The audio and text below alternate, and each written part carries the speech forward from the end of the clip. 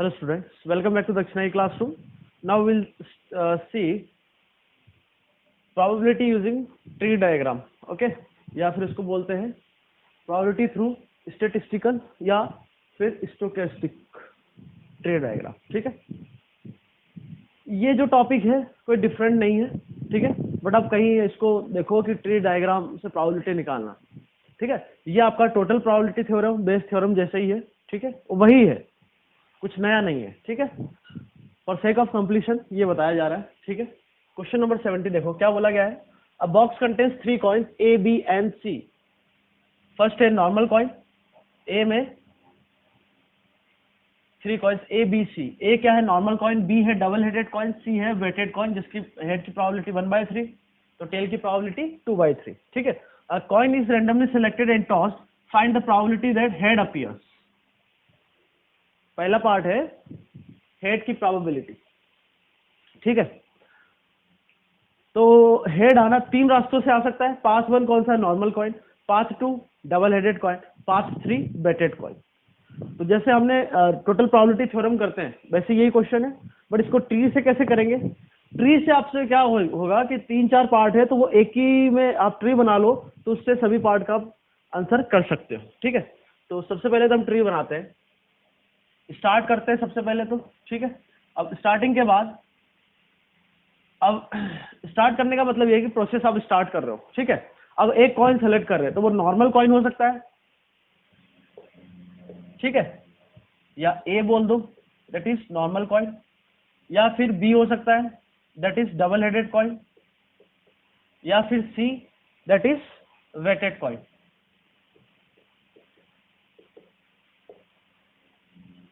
ठीक है। अब 3 कॉइन एक बॉक्स में, तो नॉर्मल कॉइन आने की प्रोबेबिलिटी क्या होगी? 1/3। कोई भी बॉक्स हम रैंडमली सेलेक्ट कर रहे हैं तो इक्वली लाइकली होंगे। डबल हेड बॉक्स, या ऐसे बोले कि डबल हेडेड कॉइन आने की प्रोबेबिलिटी 1/3 और वेटेड कॉइन आने की प्रोबेबिलिटी भी 1/3।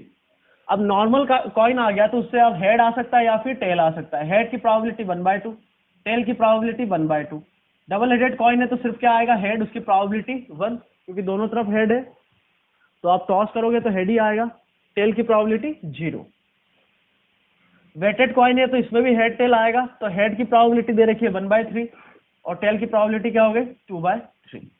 तो ये आपका ट्री डायग्राम कंप्लीट हो गया। अब आप हर एक पार्ट का आंसर कर सकते हो। पहला पार्ट क्या है? Find the probability that head appears. तो हेड की प्रोबेबिलिटी हो गई आपकी। हेड कैसे आ सकता है कि आप नॉर्मल कॉइन सेलेक्ट करो, नॉर्मल कॉइन सेलेक्ट करने के बाद हेड आने की प्रोबेबिलिटी 1/2, या फिर डबल हेडेड कॉइन सेलेक्ट करो और उसके बाद हेड आने की प्रोबेबिलिटी 1, या फिर वेटेड कॉइन सेलेक्ट करो फिर हेड आने की प्रोबेबिलिटी 1/3। तो ये आपका हो गया 1/6 प्लस 1/3 प्लस 1/9, ठीक है। तो इसका एलसीएम हो गया 18, तो ये हो जाएगा 3 प्लस 6 प्लस 2, तो 11/80। Answer is 11/80। Now second part में क्या बोला गया है? If head appears find the probability that it is the normal coin. तो हेड आपका आ चुका है, तब ये बताओ कि वो नॉर्मल कॉइन से आ रहा है, मतलब ए से आ रहा है। ये आपका नॉर्मल कॉइन है ना, तो यहां पर क्या हो जाएगा? तो probability of head appears from normal coin, ये हो जाएगा हेड आने की प्रोबेबिलिटी हम लिख चुके हैं 11/18, और इसमें किसका कंट्रीब्यूशन? नॉर्मल कॉइन का। नॉर्मल कॉइन कौन सा था? ये वाला, तो 1/3 इंटू 1/2, तो ये होगा आपका 3/11। अरे बात समझे, सिंपल बेस थ्योरम है। हेड आने की प्रोबेबिलिटी लिखो और फिर किसका कंट्रीब्यूशन? कि नॉर्मल कॉइन से हेड आ रहा है तो उसको ऊपर लिख दिया। नाउ थर्ड पार्ट में क्या बोला गया है? Find the probability that tail appears.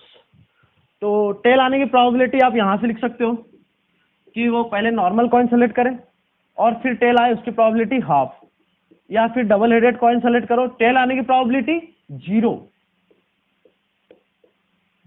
या फिर वेटेड कॉइन सेलेक्ट करो, उसके बाद टेल आने की प्रोबेबिलिटी 2/3।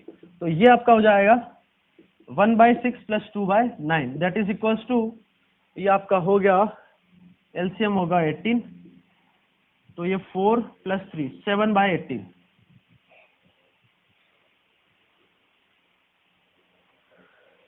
ठीक है। हाँ 7/18। या फिर इसको हम ऐसे बोल सकते हैं कि टेल आना क्या हो जाएगा, 1 माइनस प्रोबेबिलिटी ऑफ हेड। तो हेड की प्रोबेबिलिटी हम निकाल चुके हैं 11/18, तो 1 माइनस 11/18 इज 7/18। तो ऐसे कर सकते हो या फिर ऐसे कर सकते हो। नाउ फोर्थ पार्ट में क्या बोला है, if tail appears find the probability that it is a weighted coin. तो आपसे बोल रहा है वेटेड कॉइन मतलब सी और क्या आ रहा है, टेल आ रहा है। तो total probability of tail, probability of that tail appears and it is the weighted coin. ठीक है, तो ये आपका हो जाएगा, टेल आने की प्रोबेबिलिटी आप ऑलरेडी लिख चुके हो 17/18। अब इसमें किसका कंट्रीब्यूशन लिखना है आपको, कि वो वेटेड कॉइन हो। वेटेड कॉइन मतलब ये वाला केस, तो इसको ऊपर लिख दो। तो 1/3 इंटू 2/3, तो हो गया 9। हाँ, तो हो गया ये 4/7। बहुत ही सिंपल क्वेश्चन है। तो टोटल प्रोबेबिलिटी और बेस थ्योरम ही है, बट आप ऐसा डायग्राम बना लेते तो आपकी कहानी आसान हो जाएगी। ठीक है, कोई डाउट नहीं होगा।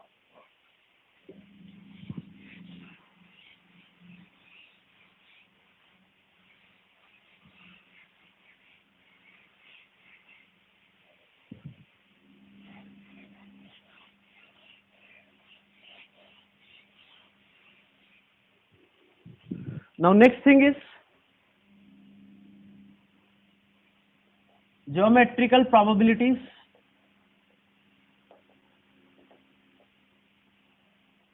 ज्योमेट्रिकल प्रोबेबिलिटीज या फिर ऐसे बोले इसको कॉन्टिन्यूअस सैंपल स्पेस। तो सबसे पहले तो आता है पॉइंट आपका 1, ये क्या है, ज्योमेट्रिकल प्रोबेबिलिटीज या फिर जहां पर सैंपल स्पेस कंटिन्यूअस हो। अभी तक जैसे हमने डाई को थ्रो किया तो आपके पास जो सैंपल स्पेस बनता है वो क्या बनता है, एक डिस्क्रीट सेट बनता है, मतलब आउटकम 1 होगा या फिर 2 होगा, 3 होगा, 4 होगा, 5 होगा या 6 होगा। तो अब जैसे हम लेंथ, एरिया, वॉल्यूम की बात करें तो इसमें तो जो सैंपल स्पेस होगा, वॉल्यूम होगा, वो एक कंटिन्यूअस सेट होगा। जैसे मैं बोलूं प्रोबेबिलिटी इन वन डायमेंशनल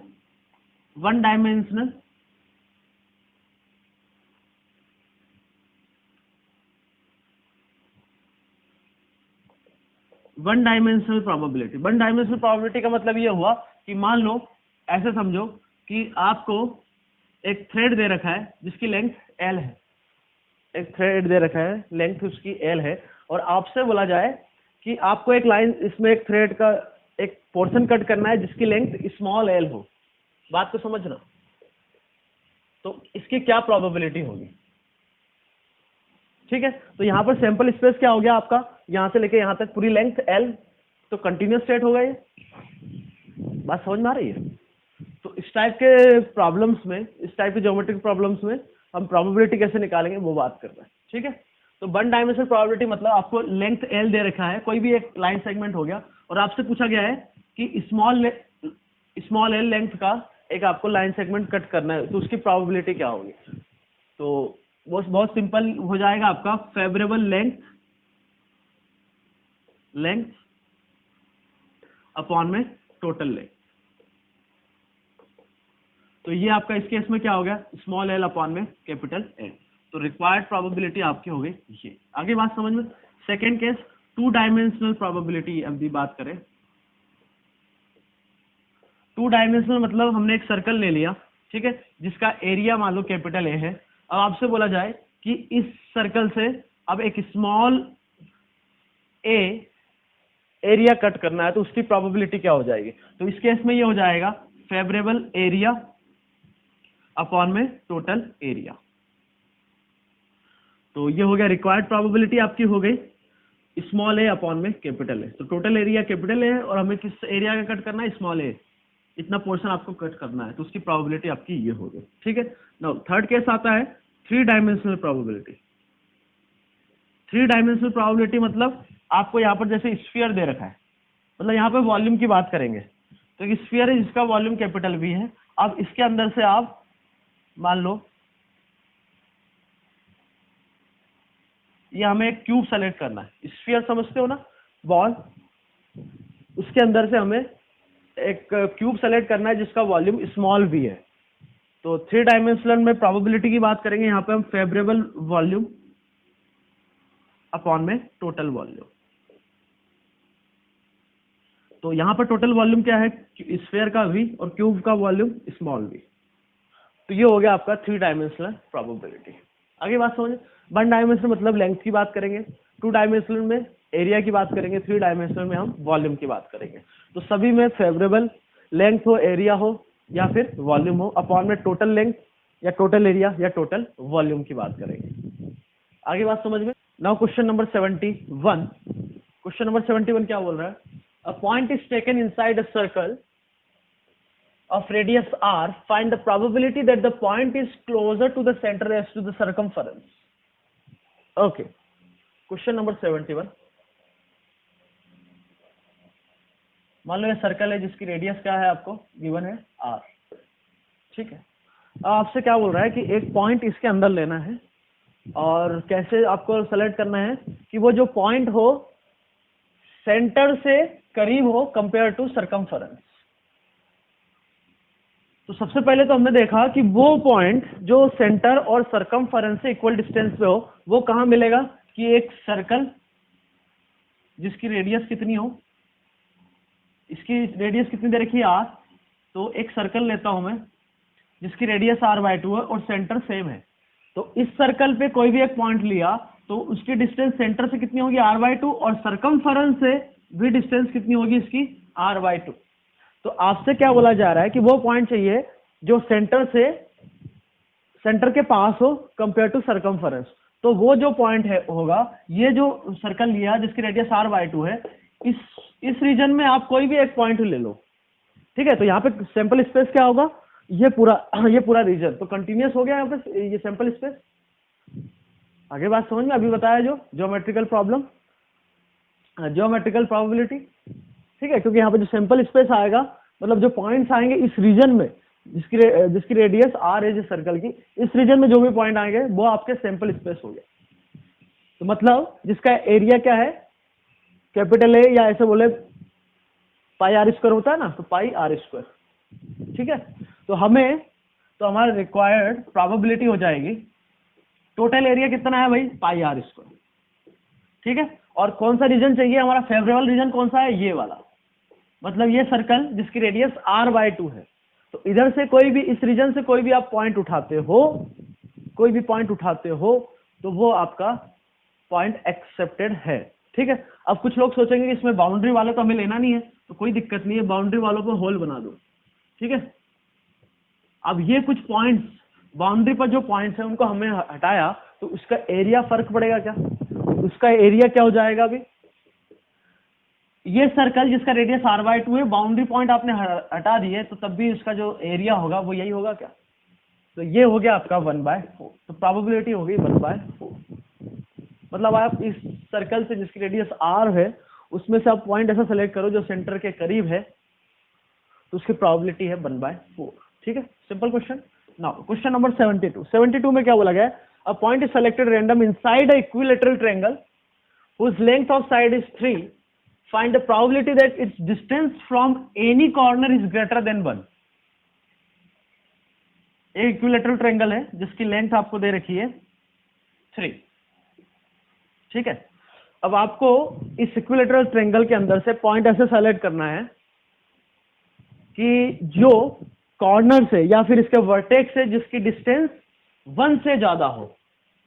मतलब जैसे ये पॉइंट लिया तो यहां से इसके डिस्टेंस 1 से ज्यादा होना चाहिए, यहां से भी 1 से ज्यादा होना चाहिए, यहां से भी 1 से ज्यादा होना चाहिए। तो ऐसे पॉइंट तो बहुत सारे आएंगे, मतलब कोई रीजन बनेगा। तो ये कैसा हो गया, 2 डायमेंशनल प्रोबेबिलिटी। ये हम किसकी बात करेंगे, अगेन एरिया की बात करेंगे। जैसे यहाँ की बात यहाँ पर, ऐसे हम एरिया की बात करेंगे। आगे बात समझ में। तो हमें वो वाला रीजन फाइंड आउट करना है जिसकी डिस्टेंस किसी भी वर्टेक्स से 1 से ज्यादा है। तो हमने क्या किया, इन वर्टेक्स को सेंटर मान के एक सर्कल ड्रॉ किया जिसकी रेडियस कितनी है 1। मान लो ये रेडियस क्या ले ली हमने 1। ऐसे ही ये एक सर्कल और ऐसे ही इधर से एक सर्कल ड्रॉ किया, इसको सेंटर मान के, इसकी रेडियस क्या ले ली 1। अब ये जो रीजन आया आपका, इस रीजन से आप कोई भी पॉइंट उठाओ तो उस पॉइंट की डिस्टेंस किसी भी वर्टेक्स से 1 से ज्यादा होगी ना भाई, क्योंकि ये से यहां पॉइंट आ गया तो इससे और इससे 1 से ज्यादा है, बट इस वर्टेक्स से वो डिस्टेंस 1 से कम हो गई। आगे बात समझ में। तो ये जो है इसका जो प्रोबेबिलिटी है वो हो जाएगा आपको required probability, therefore required probability is, ध्यान से सुनना, इक्विलेटरल ट्रायंगल का एरिया √3/4, साइड का स्क्वायर, तो साइड कितनी है 3। तो ये तो हो गया आपका टोटल एरिया इस इक्विलेटरल का। अब ये जो है इसका हमें ये शेडेड पोर्शन ये हमारा फेवरेबल एरिया हो गया। तो टोटल एरिया हमें पता है इक्विलेटरल ट्रायंगल का √3/4r²। इसमें से हम क्या माइनस कर दे, ये जो है ये सेक्टर का एरिया, तो टोटल कितने सेक्टर है 3। अब एक सेक्टर का एरिया, ये एंगल कितना होगा 60 डिग्री, दैट इज π/3। तो सेक्टर का एरिया क्या होता है θ/2r², θ/2, तो π/3/2, रेडियस कितनी है इसकी 1, तो 1 का स्क्वायर।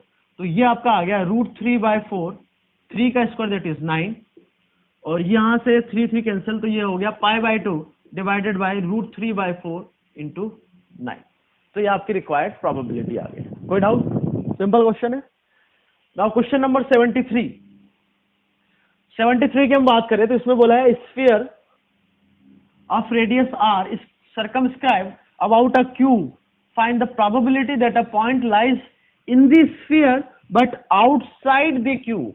ठीक है, समझना इसको। आपसे क्या बोला गया है, एक क्यूब है, ये 2 डायमेंशनल में क्यूब ऐसा दिखेगा आपको, सर्कमस्क्राइब एक स्फीयर है, क्यूब है तो स्फीयर ही होगा सर्कमस्क्राइब, ठीक है। तो आपको एक पॉइंट इसके अंदर से ले रहे हैं, और वो पॉइंट क्या है स्फीयर के अंदर है बट क्यूब के बाहर है, मतलब इस रीजन, ये वाला जो रीजन, ये आपका फेवरेबल वॉल्यूम हो गया। यहाँ पे वॉल्यूम की बात करेंगे, 3 डायमेंशनल की बात करें, स्फीयर मतलब 3 डायमेंशनल, तो ये आपका फेवरेबल वॉल्यूम हो गया। और टोटल वॉल्यूम तो हमें पता ही है किसका, स्फीयर का। तो यहाँ पे रिक्वायर्ड प्रोबेबिलिटी आपकी हो जाएगी टोटल वॉल्यूम ऑफ स्फीयर, और ऊपर क्या आएगा फेवरेबल वॉल्यूम। तो टोटल वॉल्यूम स्फीयर का कितना हो जाएगा, जिसकी रेडियस क्या है r, स्फीयर की रेडियस आपको दे रखी है r, तो इसका वॉल्यूम होता है 4/3πr³। ठीक है। अब फेवरेबल वॉल्यूम क्या होगा, हमने स्फीयर के वॉल्यूम में से किसका एरिया माइनस कर दिया, क्यूब का। क्यूब की मान लो साइड जो है वो a है, तो उसका जो एरिया होगा वो क्या हो जाएगा a³। अब साइड इसकी निकालना बहुत ही आसान है। कैसे निकालोगे आप साइड, देखो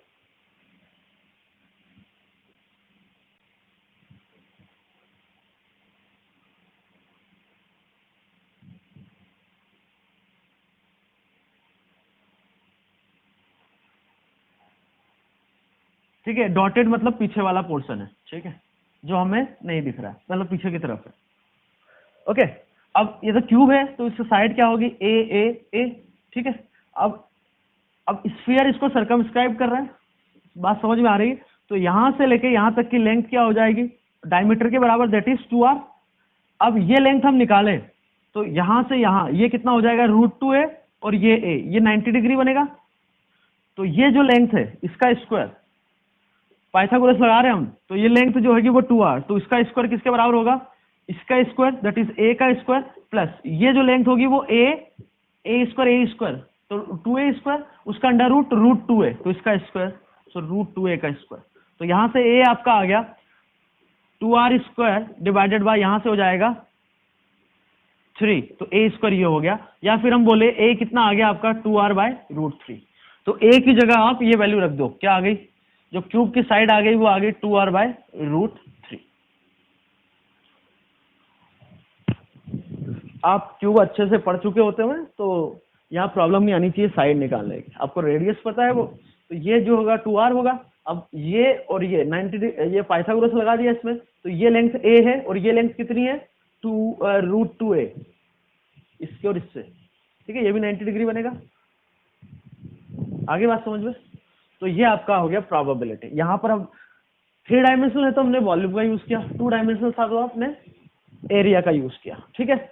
अब और अच्छे क्वेश्चन जितने भी हमने टॉपिक पढ़े हैं, अच्छे क्वेश्चन यहाँ पर जो लेक्चर में है वो तो है ही, इसके साथ साथ जो भी आपके असाइनमेंट है, हर लेक्चर में आपने देखा होगा कि असाइनमेंट्स आपको दे रखे हैं कुछ, तो तो उनको आप जरूर देखना। मैं प्रोबेबिलिटी की बात नहीं कर रहा हूँ, इसमें तो आपको देखना ही है।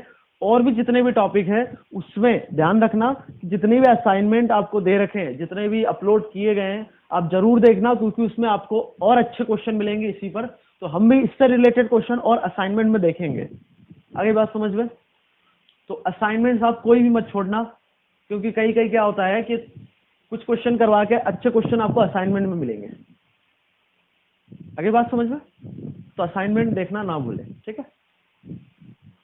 So now will see mathematical expectation. ये क्या होता है देखो, सबसे पहले तो देखो कि P है किसी पर्सन के लिए चांस ऑफ सक्सेस, ठीक है। P क्या है? प्रोबेबिलिटी ऑफ सक्सेस, ठीक है। चांस ऑफ सक्सेस मतलब प्रोबेबिलिटी ऑफ सक्सेस। और मान लो उसको सक्सेस मिल जाती है तो जो उसको सम ऑफ मनी मिलेगा उसको बोला गया है हम यहाँ पर M, ठीक है। सक्सेस को बोला गया है P। और यदि वो सक्सेस हो जाता है, जैसे मान लो IPL में RCB जीतता है तो उसको कुछ मान लो 5 करोड़ रुपए मिलेंगे, ठीक है। अब RCB जीते नहीं जीते, आउटकम हमें वैसे पता है कि क्या होगा, बट फिर भी हम एग्जांपल ले लेते हैं, ठीक है। तो उसको सम ऑफ मनी कितनी मिलनी चाहिए? M। अब किसी भी कारणवश मैच आपका रद्द हो जाता है, तो उसको वैल्यू तो उसको सम ऑफ मनी कितना मिलना चाहिए? वो आपका है P इंटू M। तो इसी को बोला जाता है एक्सपेक्टेशन या फिर एक्सपेक्टेड वैल्यू। आगे बात समझ में? क्या बोला गया है? किसी पर्सन के लिए चांस ऑफ सक्सेस को बोला गया है P, ठीक है। और सक्सेस उसको मिल जाती है तो सम ऑफ मनी उसको अलाउड किया जाएगा, मान लो M, ठीक है। तो एक्सपेक्टेड वैल्यू मान लो किसी भी कारणवश कोई भी गेम है या कोई भी मैच है या कुछ भी हो रहा है वो नहीं हो पाता है, तो उसकी एक्सपेक्टेड वैल्यू क्या होगी? उसको डिनोट किया गया है P इंटू M से। आगे बात समझ में नहीं भी आई हो तो एग्जाम्पल से क्लियर हो जाएगा। नाउ क्वेश्चन नंबर 74 देखो, 2 players of equal skill A and B। Equal skill बोला गया है, आपको समझ में आ जाना चाहिए। इक्वल स्किल का मतलब ये है कि A और B मान लो कोई 2 गेम खेल रहे हैं, टेबल टेनिस का गेम खेल रहे हैं, तो A के जितने की प्रोबेबिलिटी किसी भी गेम में और B के जितने की प्रोबेबिलिटी उसी गेम में वो इक्वल होगी। इक्वल स्किल का मतलब क्या है कि दोनों की प्रोबेबिलिटी हाफ एंड हाफ होगी, ठीक है। Playing a game they live of playing due to some force majeure conditions. When A wants 3 points and B wants 2 to win, if the prize money is rupees 16,000, how can the referee decide the money in a fair way? क्या बोला गया है? A और B दोनों की equal skill है किसी भी गेम के लिए, ठीक है। और A को 3 पॉइंट चाहिए, B को 2 पॉइंट चाहिए जीतने के लिए, ठीक है। और प्राइज मनी आपके पास 16,000 है। अब किसी भी कारण बस वो गेम आपका रद्द हो गया तो वो प्राइज मनी कैसे डिस्ट्रीब्यूट करे उसकी बात कर रहा है। मतलब A की एक्सपेक्टेड वैल्यू और B की एक्सपेक्टेड वैल्यू क्या होनी चाहिए? आगे बात समझे? अब आप समझो कि A को जीतने के लिए 3 पॉइंट चाहिए, B को जीतने के लिए 2 पॉइंट चाहिए, ये हमने पहले डिसाइड कर दिया।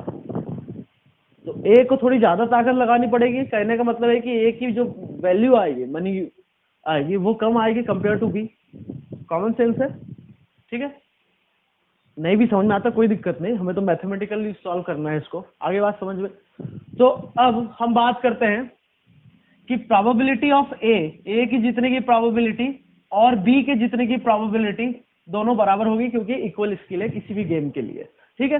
अब A को 3 पॉइंट चाहिए before B gets 2 points. A को यदि जिताना है तो A को 2 पॉइंट चाहिए, कब तक? जब तक B आपके 2 पॉइंट नहीं ले लेता, क्योंकि B को जैसे ही 2 पॉइंट मिले B जीत जाएगा आपका। आगे बात समझ में? तो A के जीतने की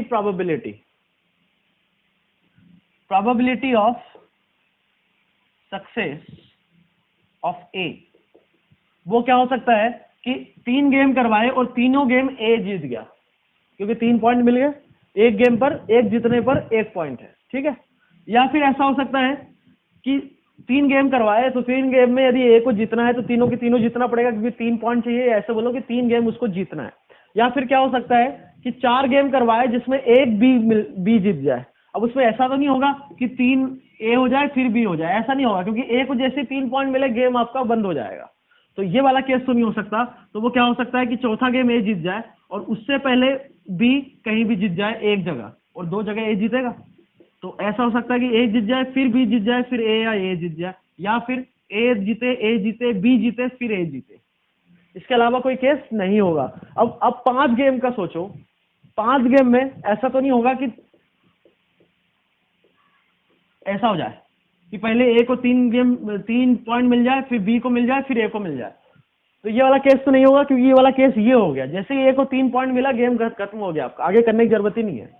तो आप सोचो कि मान लो बी यहां जीत जाए, यहां भी 3 जगह ए जीत रहा है, बट इसमें यह है कि बी को 2 पॉइंट मिल रहे हैं, मतलब गेम यहीं पर खत्म हो जाएगा आपका, क्योंकि बी को जैसे 2 पॉइंट मिले गेम खत्म हो गया आपका, जो सीरीज है वो खत्म हो गई। ठीक है, तो ए जो 3 पॉइंट है वो इसको तीनों के तीनों ऐसे जीत जाए, या फिर 4 गेम में पहले 3 में बी कहीं भी जीते, पहले में जीते, सेकंड में जीते, या थर्ड में जीते, चौथा गेम कौन जीत रहा है, ए। तो उससे पहले 3 गेम में ए 2 जगह जीत जाएगा, कोई सा भी केस देख लो आप, तो 3 पॉइंट उसको मिल गए। ठीक है, तो तीनों ए जीतने की प्रोबेबिलिटी हाफ हाफ हाफ कितनी बार, 3 बार। बी की जीतने की प्रोबेबिलिटी भी हाफ है, तो ये हाफ हाफ हाफ कितनी बार आएगा, 4 बार। इसमें भी 4 बार, ये भी 1/2 पावर 4, 1/2 पावर 4, 1/2 पावर 4, कितने हैं टोटल, 3। तो यहां से एलसीएम निकालो तो ये हो गया 16, और इधर 3 और इधर 2, 5/16। तो probability of success of A, तो similarly probability of success of B वो क्या हो जाएगा, 1 - 5/16, दैट इज 11/16। क्या ये बात समझ में आती है? क्योंकि सीरीज में या तो ए जीतेगा या फिर बी जीतेगा, और कोई तीसरा चीज नहीं होगी। आगे बात समझ में? तो बी की प्रोबेबिलिटी यदि आपको निकालना चाहते हो तो वैसे भी निकाल सकते हो कि दोनों गेम बी को जिता दिए, फिर 3 गेम में ए जीत गया, वहां से भी यही आएगा, आप करके देख सकते हो करना चाहो तो। ठीक है, ये बात समझ में आ गई सभी को? ओके, तो ए की प्रोबेबिलिटी 5/16 है, तो बी की प्रोबेबिलिटी 1 - 5/16, दैट इज 11/16। तो अभी हमने देखा था, अब देखो आप कि सक्सेस की प्रोबेबिलिटी, उसको हमने डिनोट कर दिया P से। ठीक है, और जो एक्सपेक्टेड वैल्यू है मनी, उसको हमने M से डिनोट कर दिया। तो A की हम बात करें, A को सक्सेस मिल रही है तो उसकी प्रोबेबिलिटी क्या है, 5/16, और जो प्राइज मनी है वो कितनी है, 16,000, 16K या फिर 16,000। तो उसकी एक्सपेक्टेड वैल्यू क्या होगी, P इंटू M। तो दोनों का प्रोडक्ट कर दो, तो 5/16 इंटू 16,000, 16 किलो, अरे के मतलब समझ में आ रहा है, 1000। तो ये हो गया आपका 5,000 दे 5,000 रुपीज। बी की हम बात करें तो बी की सक्सेस की प्रोबेबिलिटी 11/16, और प्राइज मनी है ये 16,000। तो एक्सपेक्टेड वैल्यू हो जाएगी P इंटू एम, तो probability into total prize money that is 16,000, तो ये आपका हो गया 11,000। तो ए को 5,000 देगा और बी को कितने मिलेंगे, 11,000। आगे बात समझ में, कोई डाउट? तो ये आपकी एक्सपेक्टेड वैल्यू होगी ए के लिए, और ये हो गई बी के लिए। तो ऐसे प्राइज मनी डिस्ट्रीब्यूट की जाएगी। आगे बात समझ में, ये आपका क्वेश्चन नंबर 74 था। ठीक है, नाउ क्वेश्चन नंबर 75।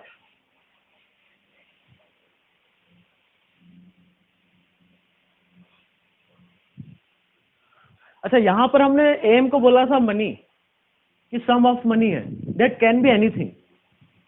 ओके, कैसे, कुछ भी कैसे हो सकता है वो क्वेश्चन नंबर 75 में आपको समझ में आएगा। Out of 480 families each having 3 children, हर एक फैमिली में 3 बच्चे हो रहे हैं। टोटल कितनी फैमिलीज है आपके पास, 480 फैमिलीज।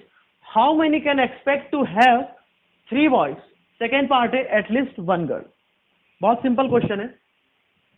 अब किसी एक पर्टिकुलर फैमिली की हम बात करते हैं। अच्छा, ये क्या बोला गया है, क्वेश्चन समझ में आ गया? 480 फैमिलीज में से आपसे पूछा गया है कि ऐसे कितनी फैमिली होगी, या एक्सपेक्टेड वैल्यू क्या है कि 480 फैमिलीज में से 3 बॉयज हो। नहीं, यही बात समझ में, क्या बोला गया आपके पास कि टोटल 480 फैमिली है। अब ये एक्सपेक्टेड वैल्यू बताओ कि आउट ऑफ 480 फैमिलीज में से कितनी फैमिली में 3 के 3 लड़के होंगे, 3 के तीनों बॉयज होना चाहिए। आगे बात समझ में, तो यहां पर सक्सेस को डिफाइन कर दिया है बॉयज। ठीक है, तीनों बॉयज होना सक्सेस माना गया है ना? बात समझ में आ गई? तो तीनों, किसी एक पर्टिकुलर फैमिली की हम बात कर रहे हैं, तो पर्टिकुलर फैमिली में तीनों के तीनों बॉयज हो। अच्छा, यहां पर बॉयज या फिर गर्ल, दोनों इक्वली लाइकली होंगे, कोई तीसरा प्रोडक्ट नहीं हो रहा है, या तो बॉय होगा या फिर गर्ल होगा। ठीक है, कॉमन सेंस हम लेके चल रहे हैं कि या तो बॉय होगा या फिर गर्ल होगा। ठीक है, तो तीनों बॉयज, तो पहला जो बच्चा हो वो बॉय हो, उसकी प्रोबेबिलिटी 1/2, दूसरा बच्चा हो वो बॉय हो, उसकी प्रोबेबिलिटी 1/2, तीसरा बच्चा बॉय हो, उसकी प्रोबेबिलिटी 1/2। ठीक है, तो ये हो गया 1/8। किसी पर्टिकुलर फैमिली के लिए तीनों के तीनों बॉयज, उसकी प्रोबेबिलिटी आ गई 1/8। ठीक है, सिंपल।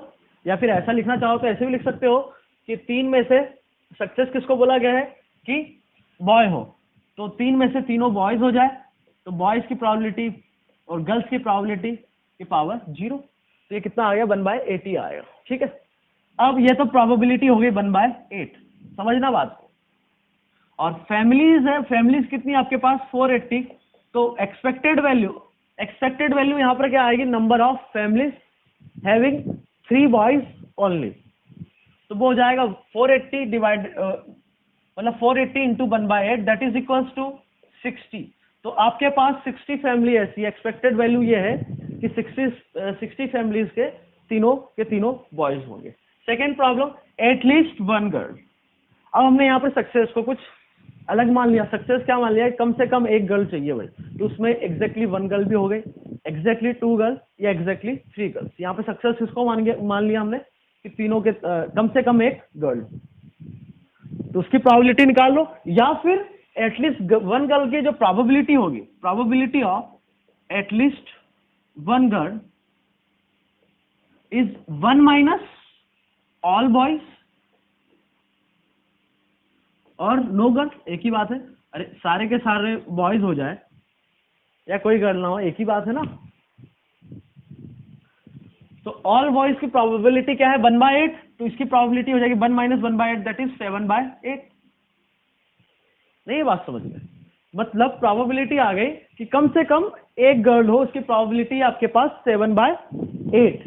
ठीक है, तो अब एक्सपेक्टेड वैल्यू निकाल लेंगे, तो प्रोबेबिलिटी आपके पास 780 होगी, टोटल फैमिलीज 480 है, तो आपके पास एक्सपेक्टेड वैल्यू या expected number of families having at least 1 girl is equals to 7/8 into 480 that is equals to 420। तो 420 फैमिलीज में क्या हो सकता है कि कम से कम 1 गर्ल होगी, ये एक्सपेक्टेड वैल्यू है, और 60 फैमिलीज में ऑल 3 बॉयज। आगे बात समझ में? तो कहने का मतलब, इस प्रॉब्लम को करवाने का मतलब यही था कि जरूरी नहीं हो कि प्राइज मनी हो, वो कुछ भी हो सकता है। यहां पर हमने फैमिलीज ले ली। ठीक है, ये आपका क्वेश्चन नंबर 75 हो गया। नाउ क्वेश्चन नंबर 76 में क्या बोला गया है, ध्यान से सुनो। क्वेश्चन नंबर 76 है, there are 100 tickets in a lottery.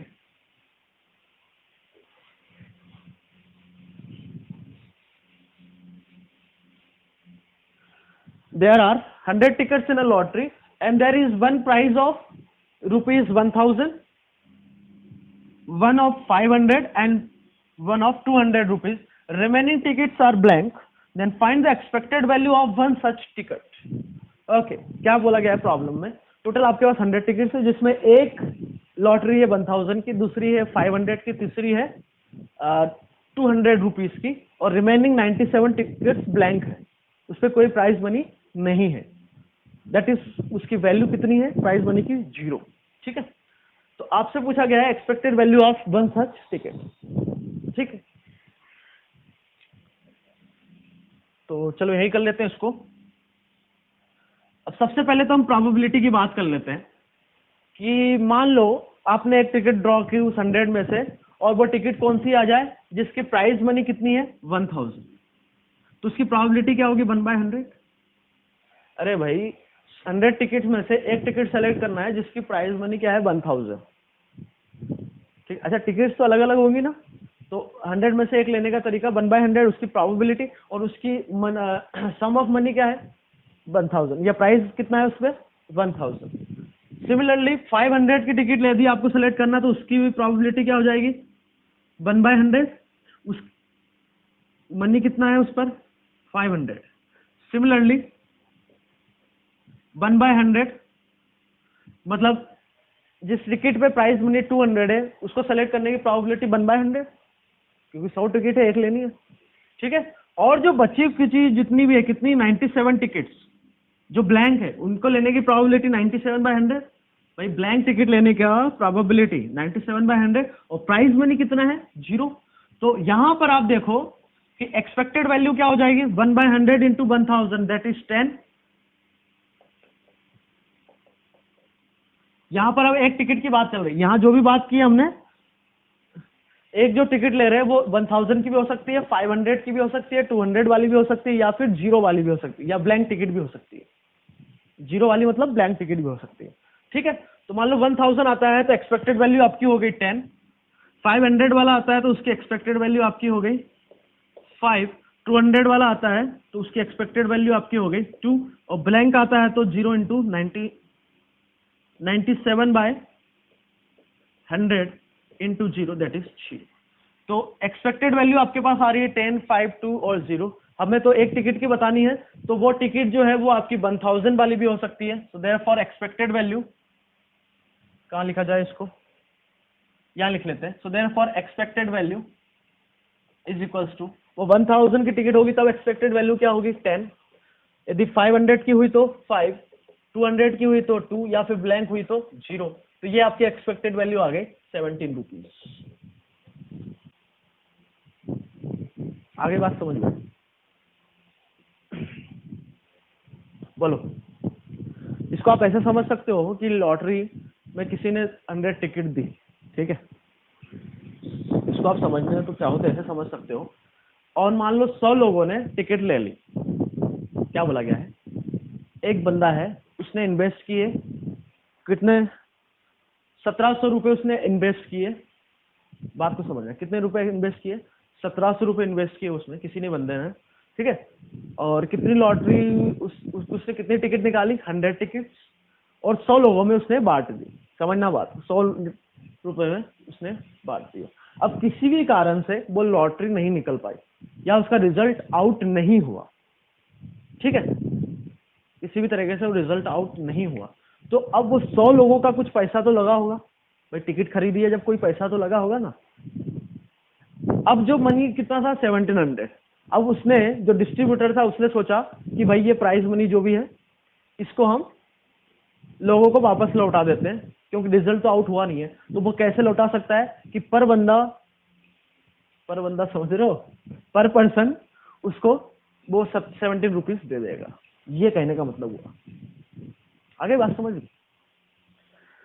तो ये आपका 76 हो गया। नाउ 77 भी उसी टाइप का कुछ क्वेश्चन है, अच्छा क्वेश्चन है, 77 है। अच्छा, एक्सपेक्टेड वैल्यू पर जेई मेंस जनवरी 2020 में एक अच्छा क्वेश्चन आया था, ठीक है। क्वेश्चन नंबर 77 है, a purse containing 4 coins each of which is either a rupee coin और 2 rupee coin, find the expected value of the coin in the purse. क्या बोला गया है कि टोटल 4 कॉइन है एक पर्स में, जिसमें 1 रुपये का कॉइन है या फिर 2 रुपये का, और तीसरा कोई ऑप्शन नहीं है। मतलब उसमें 1 रुपये का कॉइन उसकी प्रोबेबिलिटी हाफ, 2 रुपये के कॉइन उसका प्रोबेबिलिटी हाफ, ठीक है। मान लो 1 रुपये कॉइन की प्रोबेबिलिटी को बोल दिया आपने हाफ, और क्यों किसको बोल दिया 2 रुपीज को। ये बोला गया है 1 रुपीज के लिए, और ये जो बोला गया है वो किसके लिए बोला गया है 2 रुपीज के लिए, ठीक है। ये पूरी कहानी 1 रुपीज, ये पूरी कहानी 2 रुपीज की, ठीक है। तो एक 1 रुपये का कॉइन उसकी प्रोबेबिलिटी हाफ, और 2 रुपीज का कॉइन उसकी प्रोबेबिलिटी भी हाफ। तो टोटल 4 कॉइन है पर्स में, 1 रुपीज और 2 रुपीज के कॉइन है। अब हमारे दिमाग में आता है कि भाई 1 रुपीज 2 रुपीज के है तो सही, बट कितने हैं ये तो बताओ। वही तो आपसे ही पूछ रहा है, नहीं बताएगा वो। क्या पूछ रहा है वो आपसे कि 1 रुपीज और 2 रुपीज, आपको इतनी इंफॉर्मेशन दे रखी है, टोटल 4 कॉइन है, तो आपको पर्स की एक्सपेक्टेड वैल्यू बतानी है। तो हमारे दिमाग में जो अभी डाउट आया था, कौन सा डाउट आया था कि भाई उसमें कॉइन कौन सा है। तो आपको केसेस बनाना पड़ेगा कि चारों के चारों 1 रुपीज हो सकते हैं, या फिर 3 1 rupees, 1 2 rupees, 2 1 rupees, 2 2 rupees, 1 1 rupees, 2 3 rupees. Sorry, उल्टा हो गया क्या, 1 कॉइन है 1 रुपए का, और 3 कॉइन है 2 रुपीज के, या फिर 4 के 4 2 रुपीज के कॉइन हो जाए, ठीक है। तो देखो आप प्रोबेबिलिटी देखो कि चारों के चारों मान लो, सक्सेस किसको मान लिया हमने कि 1 रुपये का कॉइन, फेलियर किसको मान लिया 2 रुपीज का कॉइन। तो 4 में से 4 1 रुपीज के कॉइन हो जाए, मतलब 4 जो है वो 1 रुपीज के कॉइन है, ठीक है। तो उसकी प्रोबेबिलिटी क्या होगी कि चारों के चारों 1 रुपीज के कॉइन हो, तो 1/2 पावर 4। ये बात समझ में आ गई? अरे यहाँ पर हाँ 1 रुपीज के कॉइन आने की प्रोबेबिलिटी 1/2 और 2 रुपीज के कॉइन आने की प्रोबेबिलिटी भी 1/2, ठीक है। तो मान लो अब चारों के चारों 1 रुपीज के कॉइन है, तो पर्स में वैल्यू, पर्स में टोटल रुपीज, हम टोटल रुपीज कितने हैं 4 रुपीज भाई, चारों के चारों 1 रुपए के, तो 1 1 1 4 4 रुपीज हुए ना टोटल। अब सिमिलरली आपने क्या बोला कि 4 1 रुपीज के, अब ऐसा भी हो सकता है कि 3 1 रुपीज के हो एंड 1 कॉइन 2 रुपये का। एक जो सिक्का है वो 2 रुपए वाला है और 3 सिक्के 1 रुपए वाला है, तो 4 में से 3 हमने कॉइन ले लिया, वो कौन से 3 रुपीज वाले, तो उसकी प्रोबेबिलिटी, और हाफ किसकी प्रोबेबिलिटी 2 रुपीज के कॉइन की। अब पर्स में जो टोटल पैसे होंगे वो कितने होंगे, तो 3 तो ये हो गए 3 रुपए 3 कॉइन, और ये 2 5। सिमिलरली 2 कॉइन 2 रुपीज 1 रुपीज के और 2 2 रुपीज वाले, तो अब वैल्यू कितनी हो जाएगी 2 + 4 दैट इज 6। सिमिलरली आगे बढ़ते जाओ, 4C3 1/2 पावर सम, हाफ और हाफ के पावर का सम तो 4 होगा हर एक केस में। अब कितनी टोटल मनी हो जाएगी आपके पास 7 रुपीज, क्योंकि 1 रुपए का कॉइन 1 है और बाकी 3 2 2 के हैं, तो 2 2 2 6 + 1 7। अब चारों के चारों, या मतलब कोई भी एक रुपीज का कॉइन नहीं बचे और चारों के चारों कौन से हो जाए 2 रुपीज के कॉइन, तो वैल्यू कितनी हो जाएगी आपके पास 8, मतलब टोटल पैसे कितने हो जाएंगे 8 रुपीज, ठीक है। तो अब एक्सपेक्टेड वैल्यू हर एक केस में 4C4 इंटू हाफ इंटू 4, तो ये हो गया 4 इंटू 2 पावर 4 दैट इज, ये चलो इसको बाद में कैलकुलेट करेंगे। यहां पर 5 इंटू 4 तो 20/2 पावर 4, इधर 4C2 आपका हो गया कितना, 4C2 हो गया 6 इंटू 6 36/2 पावर 4, इधर 4C3 that is 4 into 7 28/2 power 4, इधर 8/2 पावर 4। आ रही बात समझ में ये? तो एक्सपेक्टेड वैल्यू इस केस में हो गई 4/16, इधर 20/16,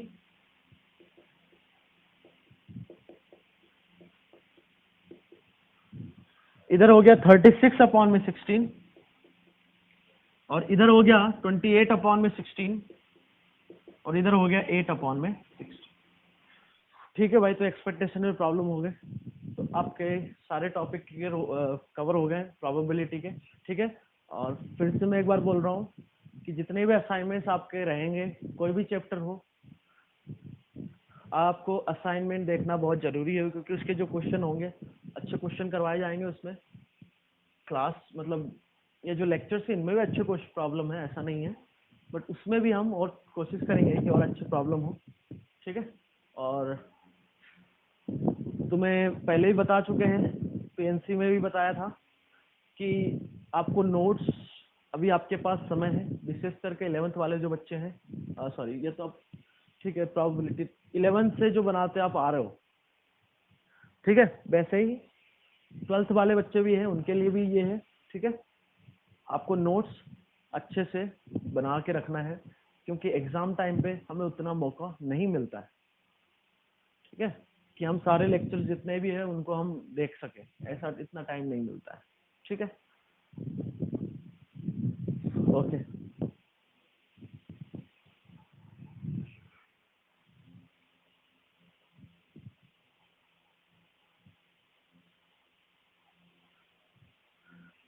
और हाँ, जो भी अच्छे क्वेश्चन है उनको टिक लगा के रखो आप इधर भी, और असाइनमेंट प्रॉब्लम में भी जो अच्छे क्वेश्चन मिलेंगे उनको भी आप टिक लगा के रखिए, ठीक है। तो रिवीजन के समय आपको, और हाँ साथ ही साथ प्रैक्टिस शीट जो आप कर रहे होंगे, विशेषकर दक्षिणा की जो प्रैक्टिस शीट आप लगा रहे हो, उसमें भी बहुत अच्छे अच्छे क्वेश्चन आपको मिलेंगे, तो आप टिक लगा के रखिए, ठीक है। और रिवीजन के समय टिक लगाने का मतलब ये है मेरा कि जैसे अब एक ही कंसेप्ट पे 2-3 प्रॉब्लम है, तो उनको बार बार देखने से तो मतलब नहीं है, बट जहाँ कंसेप्ट्स में वेराइटीज है, आप उनको टिक लगा के रखो, तो आप उनको जब रिवाइज करोगे तो आपके दिमाग में बैठ जाएगा कि भाई इस टाइप का प्रॉब्लम आता है तो हमारी अप्रोच ये रहनी चाहिए, ठीक है। और प्रोबेबिलिटी और पीएनसी क्वेश्चन ऐसे है भाई, ये टाइम कम लगता है कंपेयर टू जैसे कोऑर्डिनेट हो गया आपका, है ना, उसमें आपको टाइम ज्यादा चाहिए होता है कैलकुलेशन वाइज, है ना, ये बिल्कुल माना जाता है। तो उधर का जो टाइम है, आपको उधर जो टाइम लग रहा है, वो जो टाइम आपका बचेगा वो पीएनसी प्रोबेबिलिटी टाइप के जो इससे जो भी प्रॉब्लम्स आते हैं इसमें दिमाग ज्यादा लगता है बट टाइम कम लगता है रिलेटिवली, यदि हम बात करें तो, ठीक है। तो यहाँ पर आपको टाइम कम लगना चाहिए, जैसे आप बोलते हो ना कि अब हम टाइम कम पड़ गया, तो उसका भी टाइम मैनेजमेंट का भी यही रहता है कि जहां आप क्वेश्चन में टाइम लग रहा है इसका मतलब कहीं ना कहीं से आपको टाइम निकाल के वहां लगाना है। आगे बात समझ में? ओके। और प्रोबेबिलिटी हुआ, पीएनसी हमने देखा था अभी कुछ समय पहले। दोनों इंपॉर्टेंट टॉपिक है, ठीक है। ठीक है भाई, इतना ही।